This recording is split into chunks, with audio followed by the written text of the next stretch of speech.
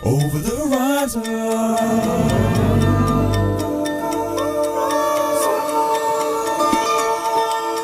Over the horizon.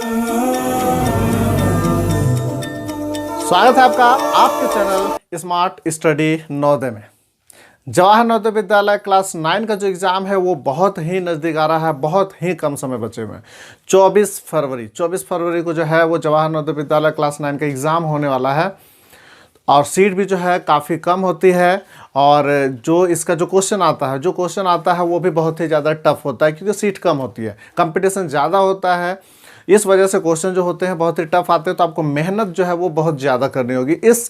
ये जो समय होता है, ये जो एक सप्ताह का जो समय बचा हुआ है, इस एक सप्ताह में आप तैयारी कैसे करें, किस तरह से तैयारी करें, आपका प्लान कैसा होना चाहिए, आप कितना मेहनत करेंगे, इसके बारे में मैं आज की वीडियो में बताने जा रहा हूँ। वीडियो को पूरा देखिएगा और अगर आप चैनल पर नए हैं तो चैनल को सब्सक्राइब जरूर कर लीजिएगा और बेल आइकन को जरूर से जरूर दबा दीजिएगा और वीडियो अच्छा लगे तो एक लाइक कीजिएगा और अपने दोस्तों को शेयर जरूर कीजिएगा। तो चलिए स्टार्ट करते हैं। क्या होना चाहिए, आपको कैसे मेहनत करना होगा, इस कम समय में आप क्या कीजिएगा।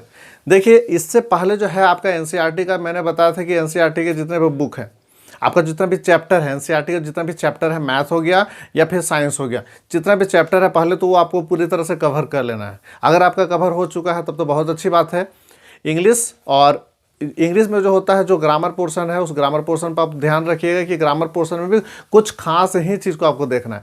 डायरेक्ट इनडायरेक्ट देख लीजिए, एक्टिव पैसिव देख लीजिए, अपोजिट देख लीजिए, एंटोनिम सिनोनिम वगैरह से भी ये सारा चीज़ जो है आप देख लीजिए। उसी तरह से फिर आप देख लीजिए हिंदी में जो होते हैं, जैसे आप संज्ञा देख लीजिए, उसके बाद फिर समास देख लीजिए। शुद्ध अशुद्ध होता है, ये तो कहीं से भी दिया जा सकता है, इसलिए इसका कोई गारंटी नहीं है। और एनसीईआरटी का जो आपका साइंस हो गया और उसके बाद फिर मैथ हो गया, इसका चैप्टर आपको पूरी तरह से कवर होना चाहिए। अगर ये कवर है, बहुत ही अच्छी बात है, कवर है। तो अब समय आ गया आपको सिर्फ सेट बनाना है।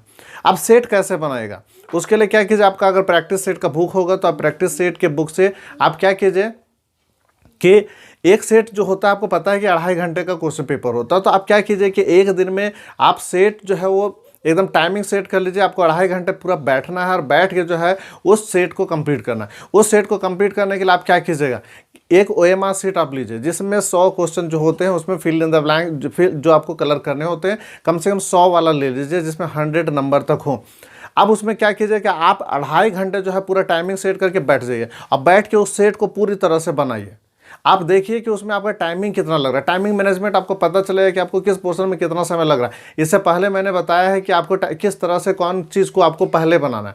आपको हिंदी पहले बनाना है, इंग्लिश पहले बनाना है और साइंस पहले बनाना है, लास्ट में जो है आपको मैथ बनाना है। क्योंकि मैथ बनाइएगा, बनाते मैथ में क्या होता है ना कि टाइमिंग जो होता है वो बहुत ज़्यादा लग जाता है और बहुत ज़्यादा अगर समय लगेगा तो ऐसे सिचुएशन में क्या होना है, आपका जो इंग्लिश हो गया, हिंदी हो गया और साइंस हो गया, ये पोर्शन आपका छूट सकता है। तो इसीलिए आपको किस तरह से बनाना है उस पर ध्यान रखिएगा कि आप जब प्रैक्टिस कीजिएगा तो उसी तरह से प्रैक्टिस कीजिए। पहले आप हिंदी बना लीजिए, फिर इंग्लिश बना लीजिए और इसके बाद फिर साइंस बना लीजिए, लास्ट में जो है वो मैथ छूइए। और जितना कम समय हो आप कोशिश कीजिए कि 1 घंटे में आपका 3 पोर्शन कंप्लीट हो जाए और मैथ के लिए आप पूरा का पूरा जो है 1.5 घंटा समय पूरा दीजिए, क्योंकि मैथ में समय जो है आपको ज़्यादा लगेगा। होता क्या है ना कि जो इंग्लिश होता है, हिंदी होता है, इसमें तो हम देख के ही बता सकते हैं कि कौन सा आंसर होगा, साइंस में भी। लेकिन मैथ को तो बिना बनाए हुए तो आंसर कैसे आएगा। तो इसीलिए आपको क्या करना है कि आपको उसको प्रैक्टिस भी करना पड़ेगा और एक सेट बना रहे। अब सेट बनाने के बाद फिर आप उसको क्या कीजिए, उसका आंसर चेक कीजिए। उसका आंसर जब चेक कीजिएगा तो फिर देखिएगा कि उसमें आपका कितना गलती हो रहा है, किस पोर्शन में आपका कितना गलती हो रहा है, आपका कौन सा पोर्शन जो है वीक हो रहा है, कौन सा पोर्शन में नंबर कम आ रहा है, उसको आप चेक कीजिए। उस पोर्शन को आप मजबूत करने की कोशिश कीजिए।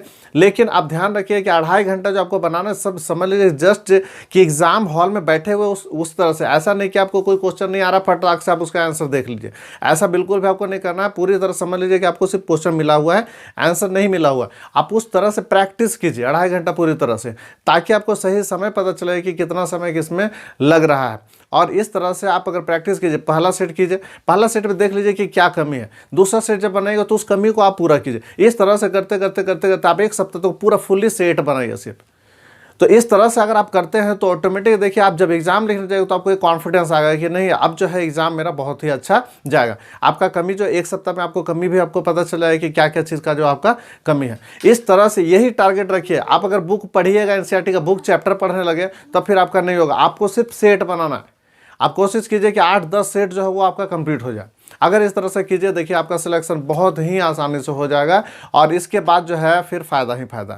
9, 10, 11, 12 4 साल जो है वो फ्री ऑफ कॉस्ट, सरकार जो है वो फ्री ऑफ कॉस्ट जो है वो जवाहर नवोदय विद्यालय में आप पढ़ाई कर सकते हैं। तो ये आपका एक फ़ायदा है। तो इस तरह से आप कीजिए, देखिए आपका परसेंटेज भी बहुत अच्छा आएगा और आपको पता है कि सिर्फ आपको पास नहीं होना, हर एक पार्ट में आपको पास तो होना ही है, प्लस अच्छे अंकों के साथ पास होना है, क्योंकि थोड़ा मोड़ा अंक लाने से आपको कुछ फ़ायदा नहीं होने वाला है। ऐसा नहीं कि सिर्फ पासिंग मार्क लाया तो आपका सिलेक्शन हो जाएगा, बिल्कुल भी नहीं, क्योंकि कंपटीशन बहुत ज़्यादा है। अभी मान के चलिए कि कोई डिस्ट्रिक्ट में अगर आपका वैकेंसी जो है, मतलब उसमें सीट जो खाली होता है, आपको पता है कि इसमें सीट किस तरह से भरा जाता है। जो क्लास 6 में होते हैं 80 स्टूडेंट का वो तो फिक्स रहता है, लेकिन क्लास 9 के लिए कुछ फिक्स नहीं रहता है।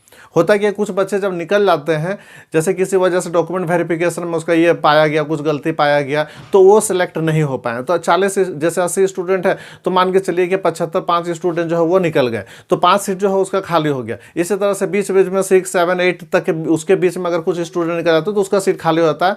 तो कोई फिक्स नहीं रहता है, कभी 8 हो सकता है आपके डिस्ट्रिक्ट में, कभी 10 भी हो सकता है ST SC के लिए। उस तरह से जो है वो सीट खाली रहता है। उसी सीट में जो है आपको उसमें कंपटीशन तो ऑटोमेटिक ज़्यादा होगा। अब 8-10 सीट के लिए 1000 स्टूडेंट अगर अप्लाई करते हैं तो क्वेश्चन का लेवल आप सोच लीजिए कि क्वेश्चन का लेवल कितना टफ होगा। आपको जेन्युइन जो आपका जो लॉजिकल क्वेश्चन ही रहता है, आपको उस पर ध्यान रखना है खासकर। तो कॉन्सेप्ट आपके अपना क्लियर रखिए और प्रैक्टिस जो है वो करते रहिए। देखिए आपका सिलेक्शन जो है वो 100% होगा। और अगर किसी तरह को कोई प्रॉब्लम होता है तो आप कमेंट कीजिए। जवाहर नवोदय विद्यालय का एक से एक वीडियो जो है मेरे चैनल पे आपको मिलेगा, उसे भी आप अच्छी तरह वॉच कर सकते हैं। तो चलिए, आज का वीडियो जो है वो आपको कैसा लगा? अगर अच्छा लगा तो एक लाइक ज़रूर कीजिएगा। चलिए, आज के लिए बस इतना ही। Okay, thanks for watching my video.